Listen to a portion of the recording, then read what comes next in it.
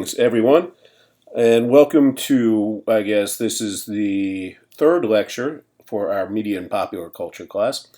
And today we're going to talk about two neo-Marxist scholars. The first one is Antonio Gramsci, and the second one is Louis Althusser. So I'll probably break this lecture into two parts, as I did with the previous lecture. I guess the first one I broke into two parts. Just to make it a little bit easier. And so this one will focus primarily on Gramsci and his work on hegemony. All right, so first I want to give you a little background. So let me enlarge this. Who is Antonio Gramsci, or who was? Gramsci was an Italian Marxist theorist and politician. He was a founding member of the Communist Party of Italy and did a fair amount of time in prison. He was imprisoned by Benito Mussolini and his fascist government. And during that time, while he was in prison, Gramsci wrote a bunch. He was very prolific and used that time to write a lot of political theory and sort of political philosophy. And it's during this time that these works are later published, by the way, and under the name The Prison Notebooks.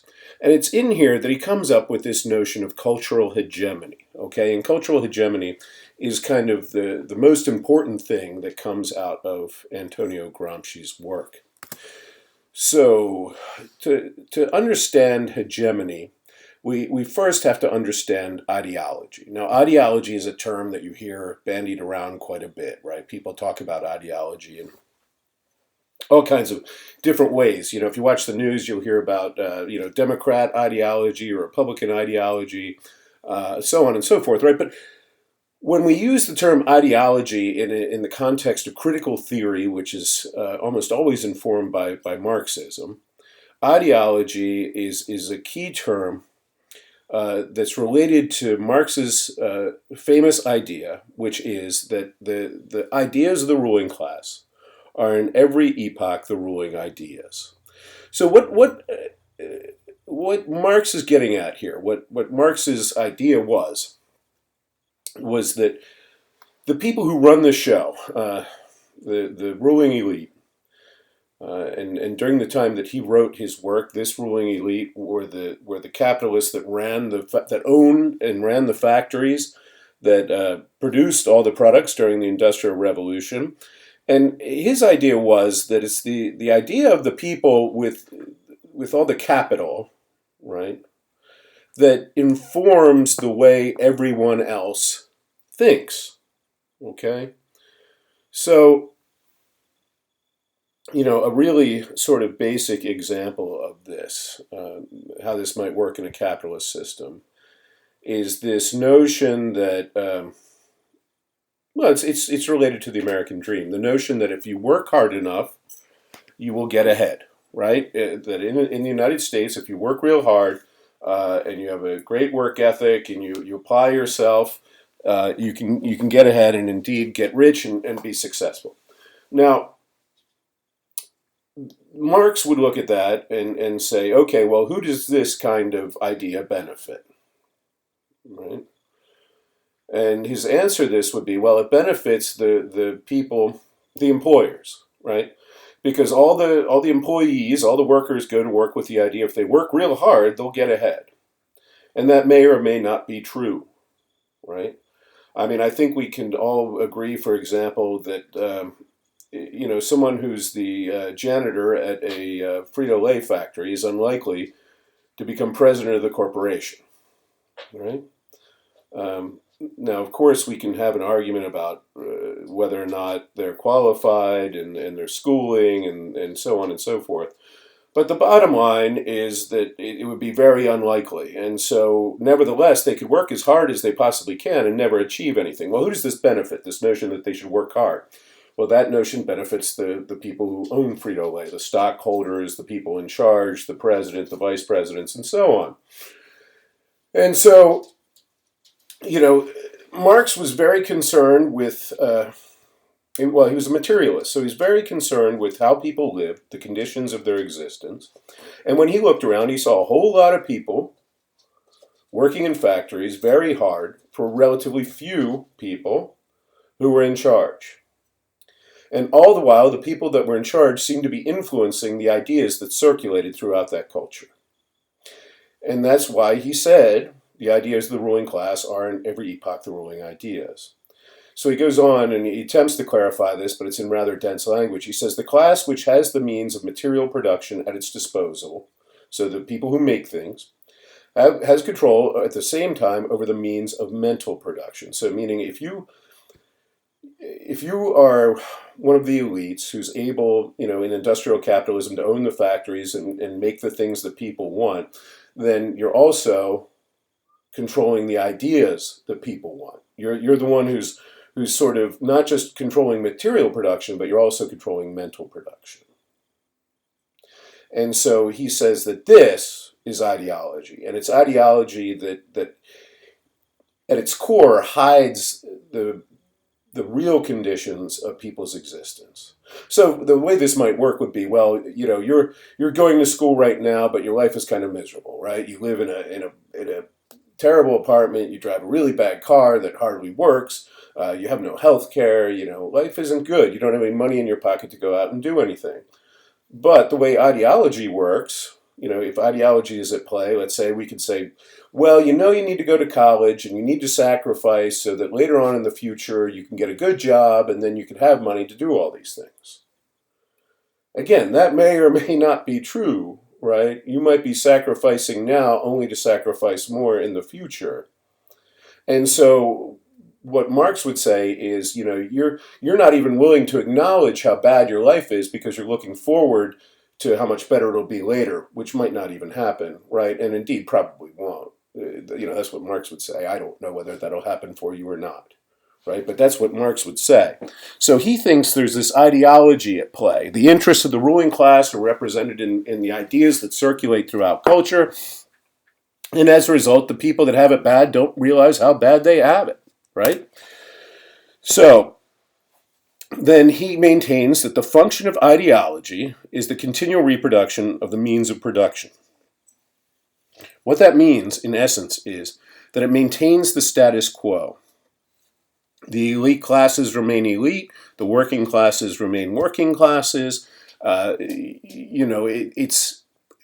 It's almost like a kind of, it ensures almost a kind of feudalism, right? Where the titles pass down amongst the aristocracy, right? Like if you're a duke, your son will be a duke.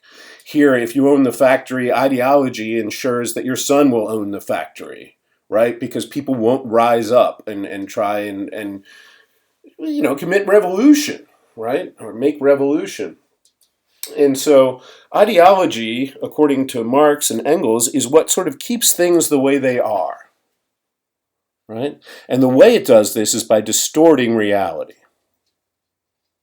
And the way that they argue it distorts reality is this notion that the split between the ruling class and the subservient classes is artificial, right? Like we think it's natural. We look at someone like Elon Musk and we say, oh man, that guy's really smart, and there's good reason that he's the world's richest man. He works really hard, he's super smart, right? So it's natural. But Marx would say, listen, this is artificial, this distinction. He's just a person, just like you and I. And indeed, he's a person who got off to a really good start because his father owns a bunch of emerald mines in South Africa, right? And he was rich when he was born, and he'll be richer when he dies. So this distinction between people is artificial, man-made. And by making this distinction, it serves the needs of the economic system, right? It keeps the rich rich, it keeps the poor, it keeps the poor working, keeps the rich enjoying the labors of the poor, and so on. So what it does, then, is it makes the subordinate classes accept a state of alienation against which they would otherwise revolt, right? So, ideology is what keeps you from going to Walmart and buying a shotgun and going to, the richest part of town and, redistributing the wealth, right? And so the way it does this is by distorting reality and giving you a kind of a false consciousness, a false awareness of your status in the world and your potential, right? So that's ideology. And so now that we understand ideology, hopefully, we can move on to the concept of hegemony. So I'll give you a little history on hegemony first to bring you up to where we are with Gramsci. So hegemony goes all the way back to the ancient Greeks. And the whole idea behind hegemony is that it denotes a kind of leadership, or more specifically perhaps rule or power. So hegemony is the geopolitical method of indirect imperial dominance. Okay, so this is during the time of empire. And the idea would be that the hegemon, the city-state or country that leads this empire, rules all the other parts of its empire, all the colonies, and it does so through threat of intervention, right?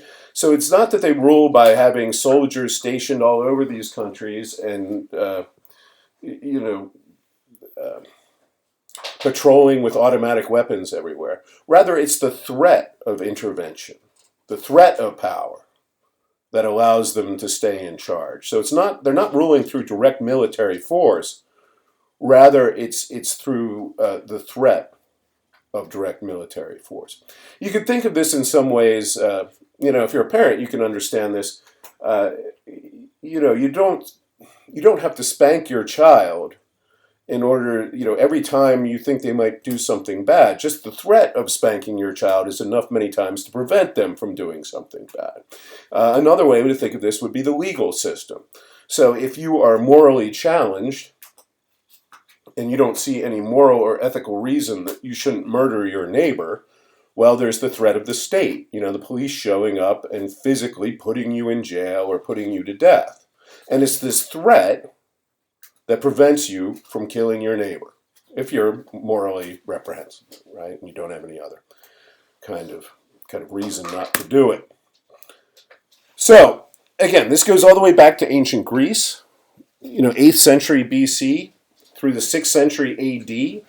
This is the way that the Greek city-states led the other city-states, right? So with the Hellenic League, for example, which was a federation of Greek city-states, they used this method of hegemony, right, for one city-state to rule over the other city-states.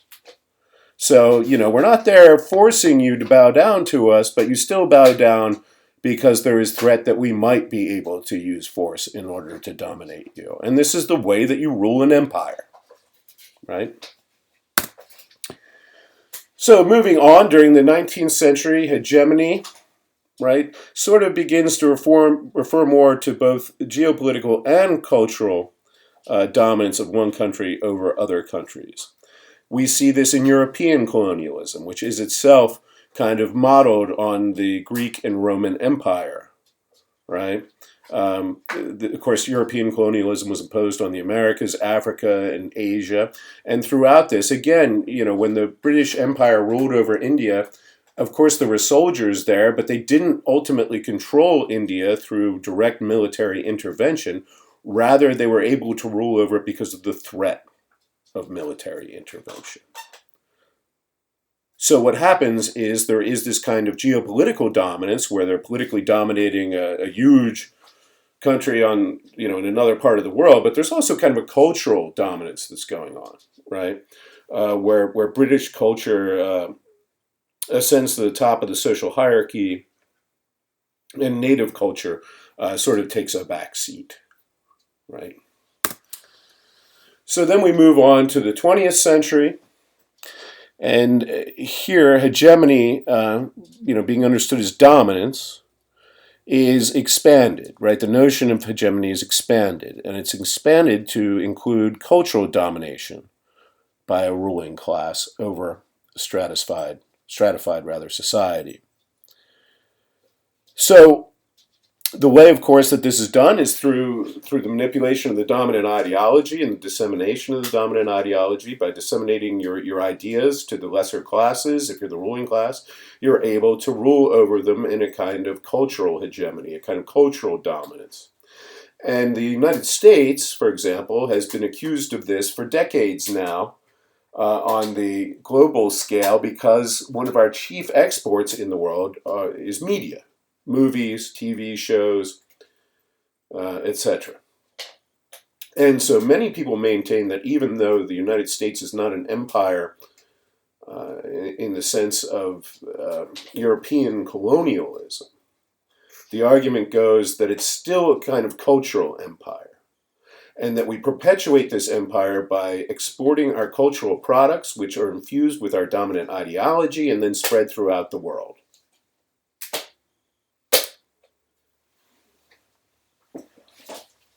All right, so let's keep moving here. So all of this relates to this Marxist theory of base and superstructure, okay? And to explain this a little more, now we're going back to this notion of ideology, okay? And you'll remember that ideology are the ideas of the ruling class, and by spreading these ideas, the ruling class stays in charge. So Marx divided culture into two separate categories, or society into two separate categories of base and superstructure. And he felt that the base, sort of the foundation of a society, is made up of materialist factors. So when I say that, I mean stuff, right? The stuff of the culture. Specifically, the means of production, which are all the stuff that's needed to produce, right?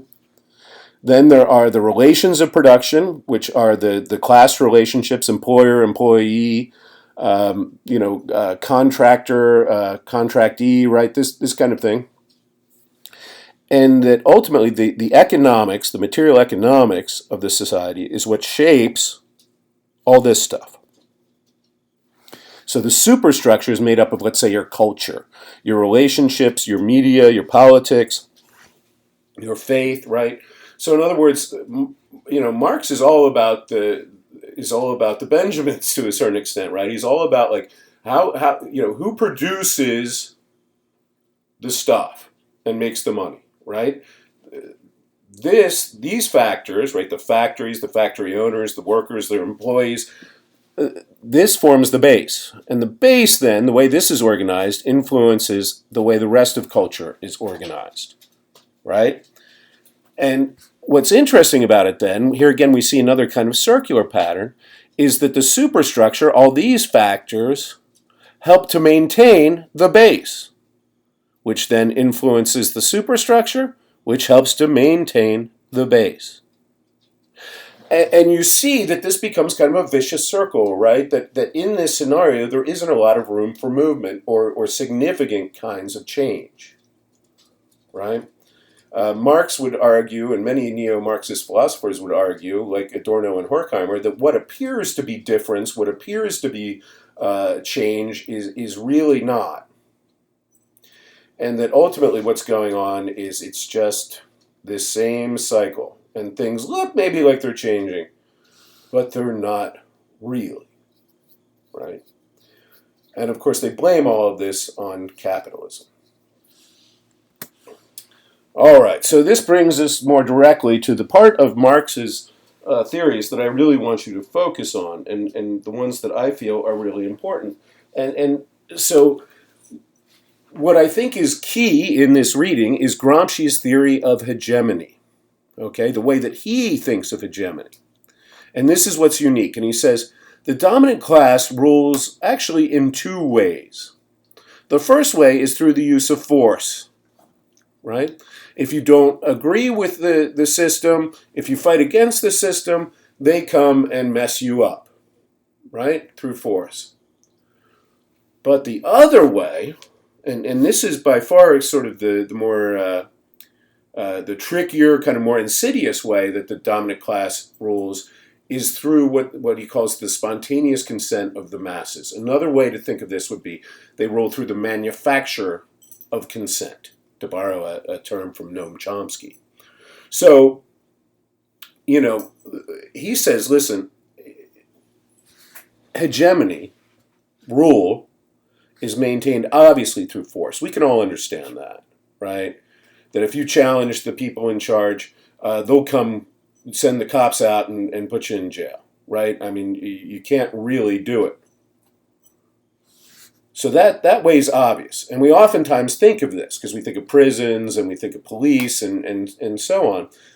But the way that we don't think about at other times is this notion of the state generating a kind of spontaneous consent.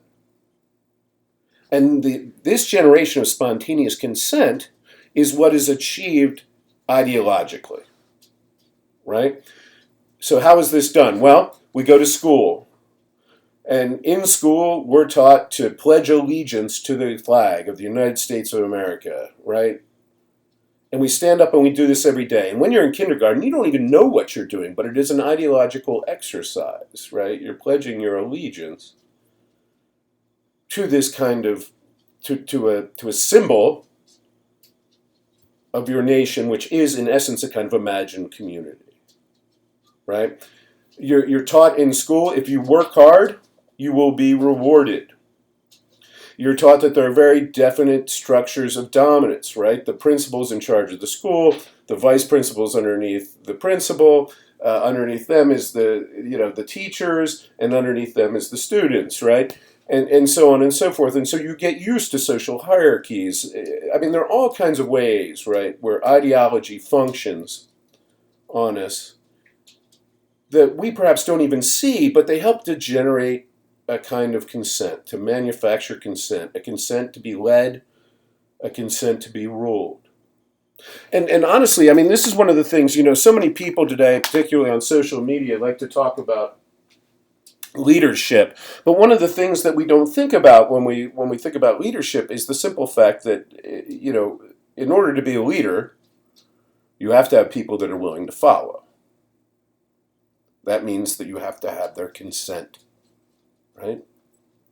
And so what's so clever here about Gramsci's idea is that, he looks at the way that the threat of force or the use of force can be used to maintain rule, which is sort of the traditional view of hegemony, right? Going back to the Greeks and the idea that one city-state could rule over another through threat of military intervention.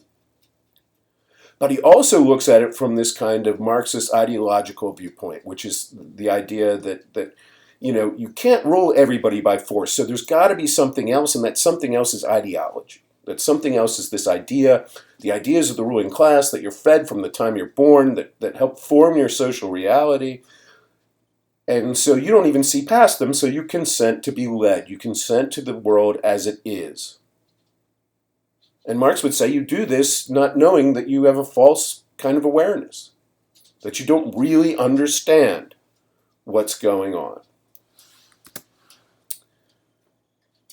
So this is where Gramsci spells it out, right? And this is directly from the text. He says, the supremacy of a social group manifests itself in two ways: as domination, which is your force, and as intellectual and moral leadership.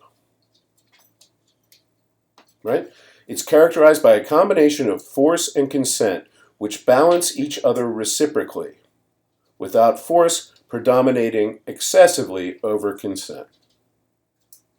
So, what Gramsci's saying here is, we think all the time about, totalitarian regimes where jackbooted thugs are walking around, enforcing the rules. But the reality is that's only a small part. That's only one part of rule, of dominance. The other part, and arguably the more important part, is this manufacture of consent, right? This consent to be ruled over. And you can't always, the other part of this is you can't always use force. If you're always out using force, then eventually people are going to get mad and they're going to come together. And because there are more workers than there are ruling class, they're going to overwhelm you through their force.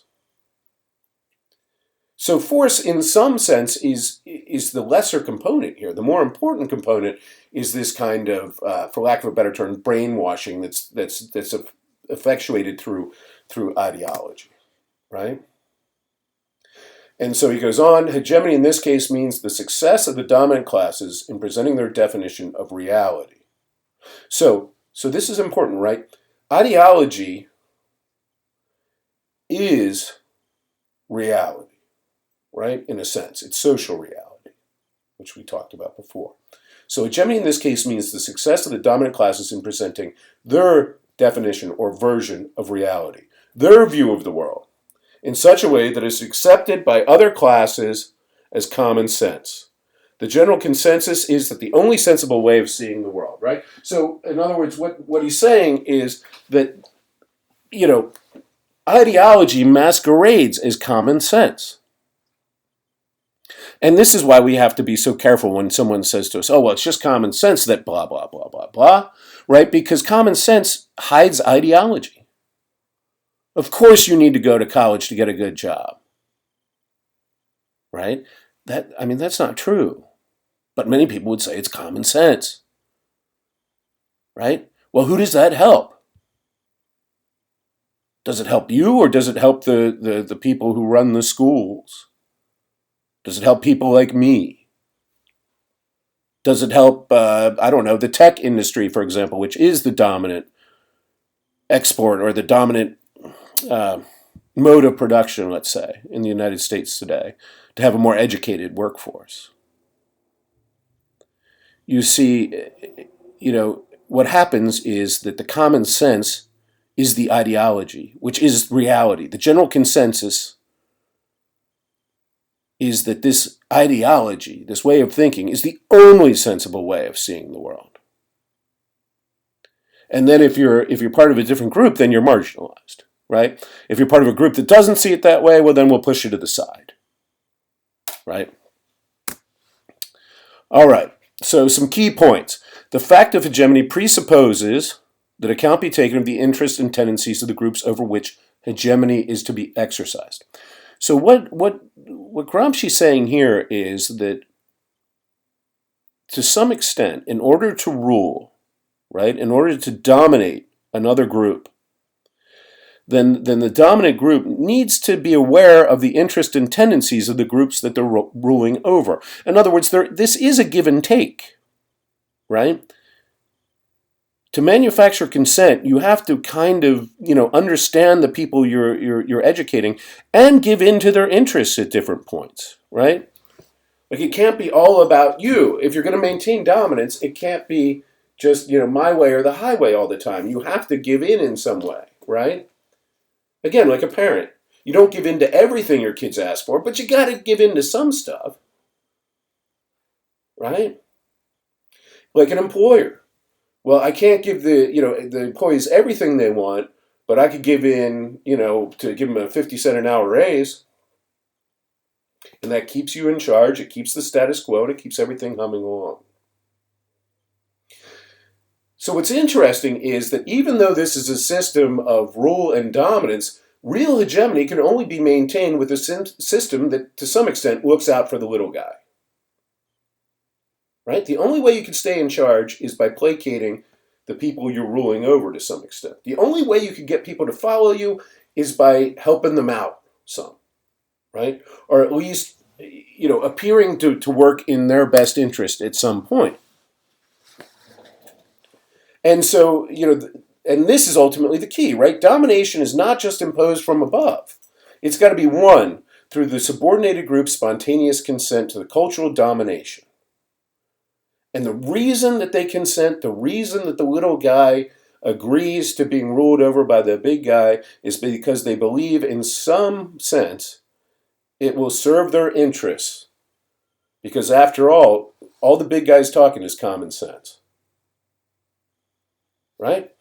So this is kind of the key, then, for Gramsci.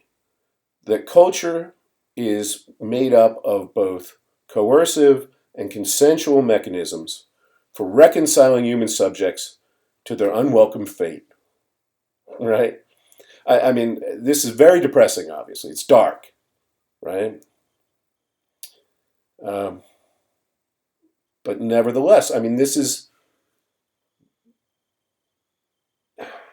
I should say it's dark, but it's dark only to the extent that Marx and Gramsci both felt like that by making people recognize how dark this is, that they would eventually rise up, have a revolution, and then we would all live in a communist utopia, which of course never happened.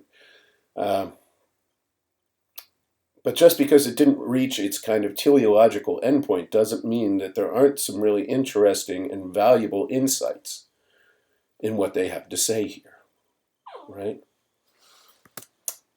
Okay, that brings us up to Althusser, and I will stop this lecture here and make this the first part, and then I'll pick up with Althusser in the second video lecture. Thanks for checking out the lecture, and I hope everything was clear. I know we're getting a little complicated now, but I appreciate you hanging in with me. Thank you.